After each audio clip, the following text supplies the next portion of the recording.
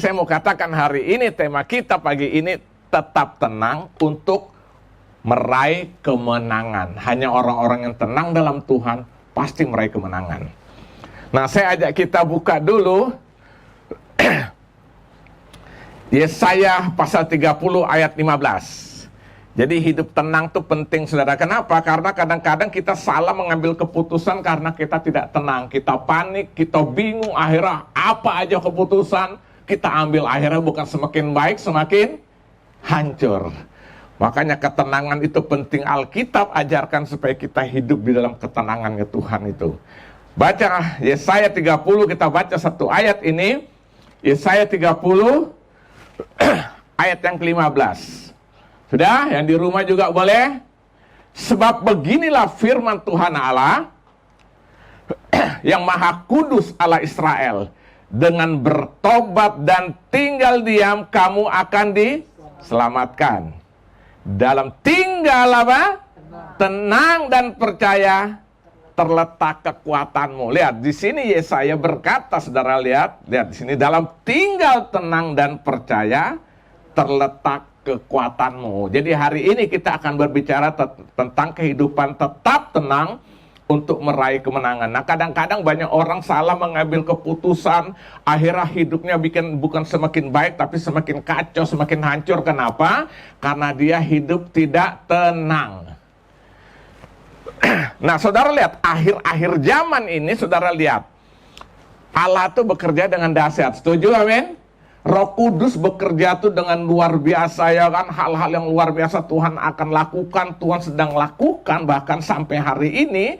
Tapi saya mau katakan dari sisi lain, kita juga lihat iblis sedang melakukan sesuatu juga yang bertentangan dengan itu. Roh Kudus melakukan sesuatu yang luar biasa, Tuhan bekerja dengan dahsyat di akhir zaman, tapi iblis juga melakukan pekerjaan-pekerjaan yang juga bertentangan, di mana apa, dia ingin melakukan sesuatu yang menghancurkan hidup manusia, dia menteror, dia mendakwa kita siang dan malam, kata Alkitab. Saya mau katakan, saudara, kalau kita bicara saat-saat ini, kita semua sedang ada dalam satu situasi yang gak enak. Apa itu? COVID-19. Ya kan, saya enggak tahu kenapa enggak dikasih nama COVID-20 itu, ya kan.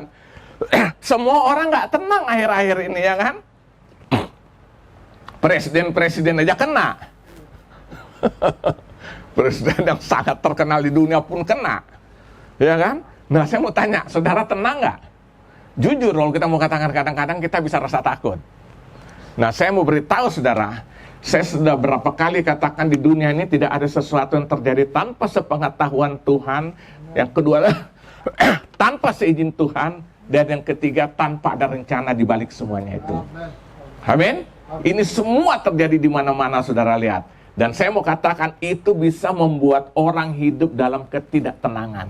Tapi hari ini kabar baik, ya saya katakan dalam tinggal tenang dan percaya terletak kekuatanmu. Amin. Jadi hari ini biar kita mau hidup di dalam ketenangan. Jadi dari satu sisi Tuhan melakukan hal yang dahsyat, pemberitaan Injil terjadi di mana-mana, tapi iblis juga berperang habis-habisan. Dia tahu waktunya sudah sangat singkat. Dia menteror manusia. Makanya Yesus sudah pernah berkata dari jauh-jauh hari, pencuri datang hanya untuk mencuri, membunuh, membinasakan. Tapi aku datang memberi hidup, memberinya dalam segala kelimpahan, ya kan? Pencuri itu berbicara tentang siapa? Tentang iblis. Dia mencuri apa yang dia mencuri? Dia mencuri apa? Dia mencuri apa? Perhatian kita, dia curi. Nah, orang sudah terfokus perhatiannya dengan hal-hal yang menakutkan ini. Kalau kita sudah teralihkan perhatian ke situ, akhirnya apa? Itu menghilangkan sukacita kita. Ya kan? Dia mencuri apa? Perhatian, mencuri sukacita, dan akhirnya mencuri damai sejahtera. Kalau sudah dia curi itu, akhirnya apa? Dia membunuh iman kita. Nah, orang kalau hidup sudah tanpa iman, tinggal dibinasakan. Tetapi aku datang, kata Yesus, aku datang memberi hidup dan memberi dalam segala limpahan. Apa yang dia beri? Hidup apa? Dia membangkitkan iman kita. Makanya Roma 10 ayat 17, iman timbul dari pendengaran, pendengaran akan firman Kristus. Jadi Yesus datang memberikan apa? Dia memberikan apa? Kebangunan iman kita, ya kan? Menghidupkan iman kita. Terus apa lagi? roh kita dia hidupkan manusia, roh kita, ya kan? Makanya Alkitab berkata apa? Roma 12 ayat 11, biarlah rohmu nyala, ya kan? Sehingga akhirnya kita mengalami kelimpahan. Kelimpahan apa? Kelimpahan damai sejahtera, kelimpahan sukacita, kelimpahan apa lagi? Kelimpahan kasih, kelimpahan apa lagi? Kelimpahan pengharapan, termasuk kelimpahan berkat. Kalau saya bicara kelimpahan berkat, bukan berarti saudara jadi orang kaya, enggak. Tapi artinya setiap hari Tuhan sanggup pelihara kita. Itu namanya kelimpahan, ya kan? Nah, Tuhan sedang goncangkan juga, kata Alkitab kan, supaya tidak tergoncang akan nampak. Nah, itulah orang-orang anggota kerajaan Allah, dan dia hidup hanya di dalam ketenangan. Amin. Nah, sekarang kita akan pelajari bersama-sama secara cepat saja apa yang harus dilakukan dalam situasi seperti sekarang ini supaya kita hidup tetap dalam ketenangan yang Tuhan mau.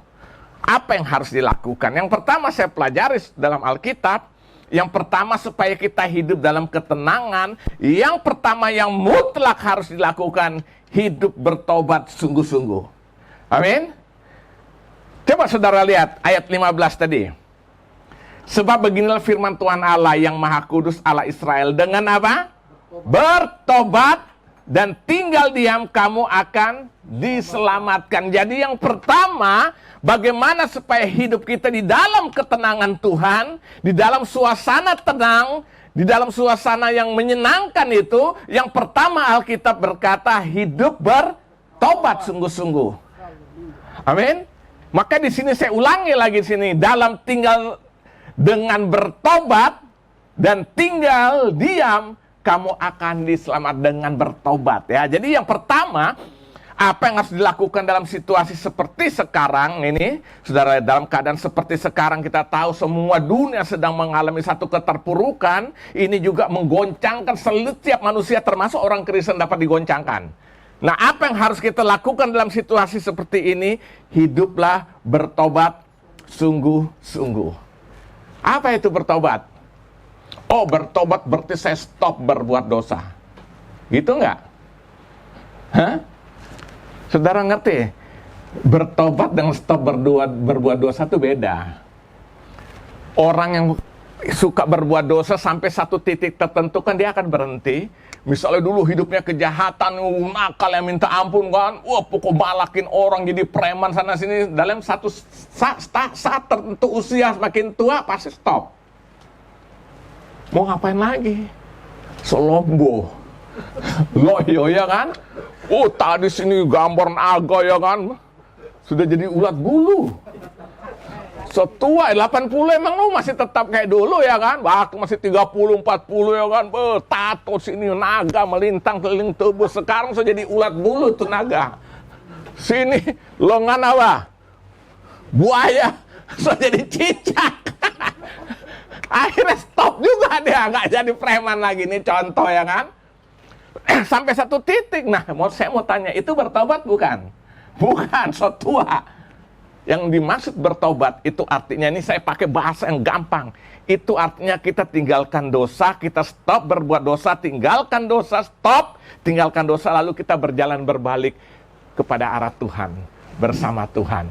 Jadi kalau saya berikan gambaran, sekarang saya berjalan nih ke arah hidup dalam dosa. Begitu saya bertobat, saya stop, saya balik arah, saya berlawan kembali, hidup berjalan bersama Tuhan. Itu yang namanya bertobat. Jadi bertobat bukan stop berbuat dosa, tapi dia setelah stop, dia berbalik arah, berjalan sesuai dengan kehendak Tuhan. Itu yang namanya bertobat. Nah, Yesaya bilang di sini, dengan bertobat dan tinggal diam, kamu akan diselamatkan. Artinya saudara, apa yang harus dilakukan dalam situasi seperti sekarang ini supaya kita tetap tenang? Yang pertama harus bertobat. Orang yang terus-menerus hidup dalam dosa pasti jiwanya tidak tenang, pasti rohnya tidak tenang. Percaya saya. Makanya kalau saudara dengar kesaksian orang-orang yang jahat, begitu bertobat pertama dia rasakan ada damai sejahtera, ada sukacita, ada ketenangan. Amin.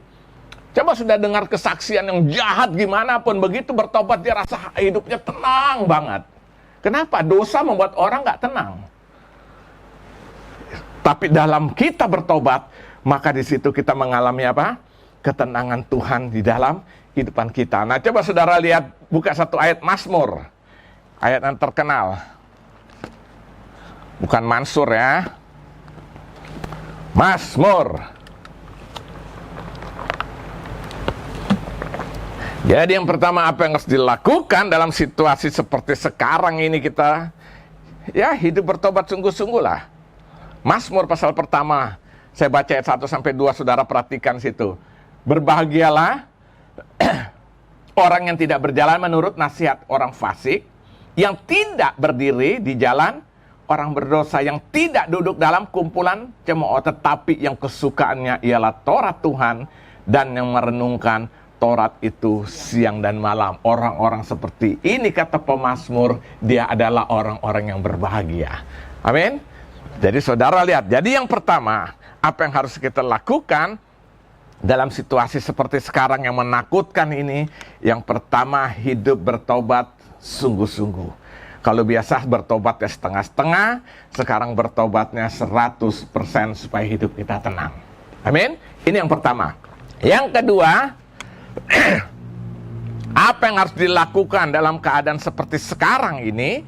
Yang kedua, tetap hidup dalam iman percaya kepada Tuhan Yesus. Tetap memiliki iman percaya kepada Yesus. Tetap di ayat 15. Dengan bertobat dan tinggal tenang dan tinggal diam, kamu akan diselamatkan. Dalam tinggal apa? Tenang dan apa? Percaya terletak kekuatanmu. Jadi saudara, yang kedua di sini dikatakan dalam tinggal tenang dan percaya terletak kekuatanmu. Jadi yang kedua yang harus kita miliki dalam situasi seperti sekarang ini, kita harus hidup dalam iman percaya yang sungguh-sungguh kepada siapa? Kepada Yesus. Harus hidup sungguh-sungguh beriman hanya kepada Yesus. Saudara, kita beriman, kita percaya. Jadi artinya situasi, jangan membuat situasi ini membuat kita hilang pengharapan, hilang kepercayaan kita pada Tuhan, ya kan? Saudara lihat, Yesus selalu berkata sesuai dengan imanmu jadi padamu. Yesus berkata sesuai dengan imanmu jadi padamu, saudara lihat, ya kan? Maka Yesus suatu saat berjalan dengan murid-murid, dia lapar, dia ingin mengharapkan pohon ara supaya dia mau ngambil buah. Ternyata pohon itu tidak menghasilkan buah, lalu dia kutuki. Akhirnya sejak saat itu pohon ara tidak berbuah. Lalu murid-murid sangat bingung melihat hal itu. Apa yang dia katakan?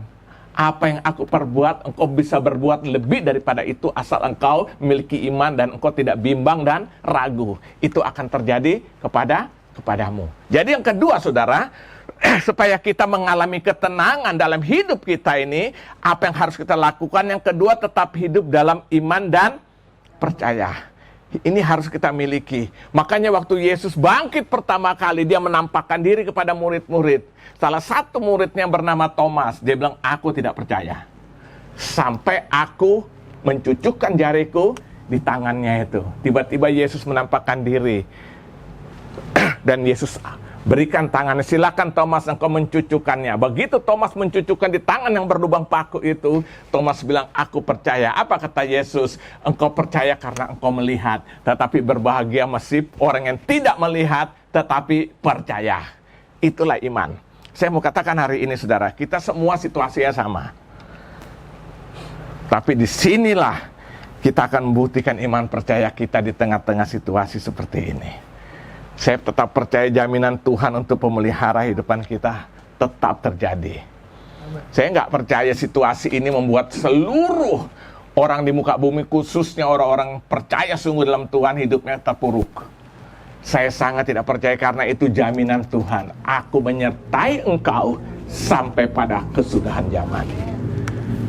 Ada aja saya tetap percaya dalam situasi seperti sekarang pasti akan terjadi perbedaan antara orang yang sungguh-sungguh hidup dalam Tuhan dan orang yang di luar Tuhan atau setengah-setengah di dalam Tuhan. Pasti ada perbedaan. Amin. Jadi yang kedua, tetap hidup dalam iman percaya kita kepada Yesus. Percaya aja, percaya saudara. Tuhan sanggup melakukan apa yang di luar daripada apa yang bisa kita pikirkan, yang bisa kita mengerti. Di luar itu Tuhan bisa lakukan. Kenapa kita rasa terbatas? Kenapa? Karena kita pakai akal kita. Akal otak serba mau mikir segitu ya kan? Tapi coba waktu kita berserah kepada Tuhan, percaya Tuhan sanggup melakukan dan memelihara hidup pun, pasti kita akan mengalami perkara-perkara yang besar. Semua orang di seluruh dunia mengalami hal yang sama saat ini. Siapa yang nggak takut, saudara? Tadi baru ketemu yang di bawah itu kan, yang satpam, kan biasa ya kan, kita berkati. Kan tangan pegangan, sempat ngeri juga, begitu jalan jangan-jangan. Oh, kita sekarang habis megang handphone sendiri, saudara tahu nggak? Terus makan, jangan-jangan tadi gua pegang roti sepotong habis pegang handphone. Siapa nggak takut sekarang? Tapi saya tetap percaya Tuhan tetap Tuhan yang memelihara hidupan kita dalam seluruh sisi kehidupan. Sekarang saudara tahu dampak itu bukan hanya masalah penyakit ya, sekarang dampak sampai ekonomi loh. Seluruh dunia ekonomi berdampak, kita nggak tahu Indonesia bagaimana ke depan. Semualah di seluruh dunia ini. Tapi saya tetap percaya justru sinilah pembentukan pembedaan. Alkitab katakan dalam Yakobus kan digoncangkan itu langit bumi supaya yang tidak tergoncang akan nampak. Inilah saat yang tidak tergoncang akan nampak. Siapa tuh? Orang-orang percaya yang sungguh-sungguh beriman kepada Yesus itu akan beda. Amin. Lalu lihat di pasal yang kelimanya. Ayat yang kelima. Dan pengharapan tidak mengecewakan karena kasih Allah telah dicurahkan di dalam hati kita oleh Roh Kudus yang telah dikaruniakan kepada kita. Dan akhirnya Paulus katakan dalam pasal 5 ayat 5, dan pengharapan tidak mengecewakan. Artinya apa? Seluruh janji yang Tuhan janjikan kepada Abraham, meskipun situasi tidak memungkinkan secara kasat mata, memberikan satu indikasi bahwa sebenarnya sudah tidak ada harapan, tapi Abraham tetap berharap juga. Karena apa? Kasihnya apa? Karena percaya dan imannya. Jadi saudara, ini ada dua hal yang saling berkaitan. Iman dan pengharapan. Ya, jadi pengharapan itu kita perlu, saudara ya. Ya, pengharapan itu tidak perlu melihat secara kasat mata, tapi kita tetap percaya bahwa Tuhan bisa lakukan sesuatu meskipun kita tidak melihat. Jadi saya mau katakan begini, saudara, iman dengan pengharapan itu kayak mata uang mempunyai dua sisi, tidak bisa dipisahkan. Artinya orang yang beriman pasti dia harus memiliki pengharapan. Orang yang berpengharapan pasti membuktikan dia orang beriman. Ini dua sisi yang tidak bisa dipisah. Makanya Ibrani 11 ayat pertama, saudara catat aja, di situ dikatakan iman adalah dasar dari segala sesuatu yang kita harapkan, bukti dari segala sesuatu yang tidak kita lihat. Jadi iman itulah dasar pengharapan. Kenapa Abraham memiliki pengharapan? Karena dia percaya, dia beriman. Jadi ini dua sisi yang tidak bisa dipisahkan ya, seperti mata uang ya. Jadi pengharapan dua hal yang tidak bisa dipisahkan. Artinya kalau kita benar-benar beriman, pasti kita akan percaya. Nah, kalau kita tidak, maksud saya gini, kalau kita benar-benar beriman, pasti kita akan memiliki pengharapan. Tapi kalau kita tidak memiliki pengharapan, sudah dipastikan kita tidak beriman. Ini dua sisi nggak bisa pisahkan. Jadi saudara lihat aja, kalau orang cepat putus asa, kecewa, dia boleh ngomong tentang iman, buat saya itu omong kosong. Nah, kebetulan setiap Jumat kan kita sedang bahas tentang iman dan sikap hidup. Sudah poin keberapa kemarin? Ke-6. Poin ke-6, masih ada berapa poin lagi. Nggak apa-apa, ini mungkin saya percaya ini rencana Tuhan sedang bahas kita dalam situasi seperti ini. Jadi saudara lihat ya, kita harus hidup tetap memiliki pengharapan meskipun tidak melihat. Amin. Karena orang percaya, orang benar hidup tuh bukan karena melihat, tapi karena percaya. Percayanya membangkitkan pengharapan. Akhirnya pengharapan tidak mengecewakan. Siapa yang percaya dia akan dipelihara tetap dalam situasi seperti ini? Percaya, amin. Kita akan dibedakan. Pembedaan itu harus terjadi. Kalau enggak, semua orang enggak tahu ini orang beriman sungguh-sungguh, setengah beriman atau tidak. Saya udah bahas juga kemarin 7 gereja. Semua kan gereja. Semua datang ke gereja beribadah. Beda nggak kualitasnya kemarin? Laodikia, dasi muka belakang kiri kanan, pasti orang lihat, wih mantap, ini rohani banget kan. Ternyata memang gue muntain loh. Jemaat terakhir yang ke-7. Nah, justru disinilah Tuhan akan menyatakan pembedaan itu. lewat situasi seperti ini.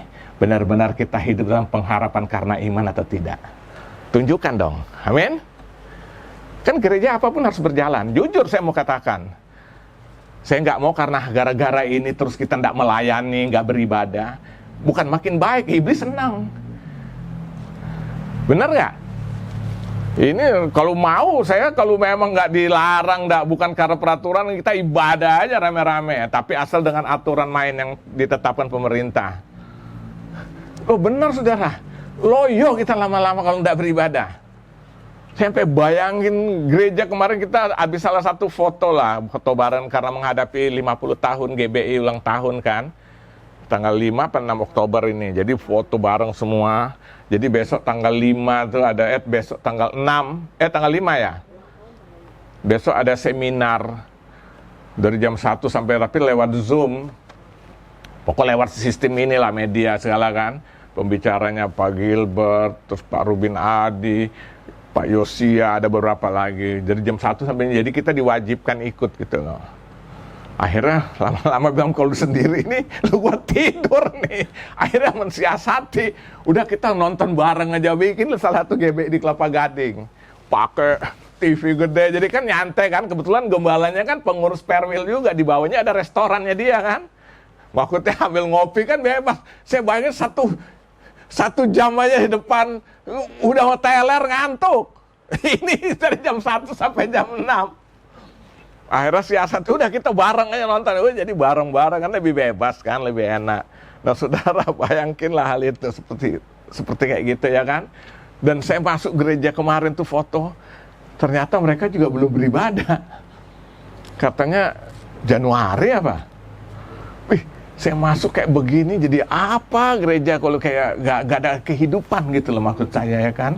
Roh kita juga ya kan. Memang rasanya ya memang nih real gitu loh. Makanya kita harus tetap bergairah dengan apapun bagaimana caranya ya. Makanya live streaming ini juga kita gunain sebaik-baiknya, amin. Kita khotbah di mana-mana, kita melayani meskipun lewat live streaming, minimal untuk kita mengalami kebangunan rohani kita terus terjaga, amin. Nah, jadi saya mau katakan hari ini saudara, yang ketiga,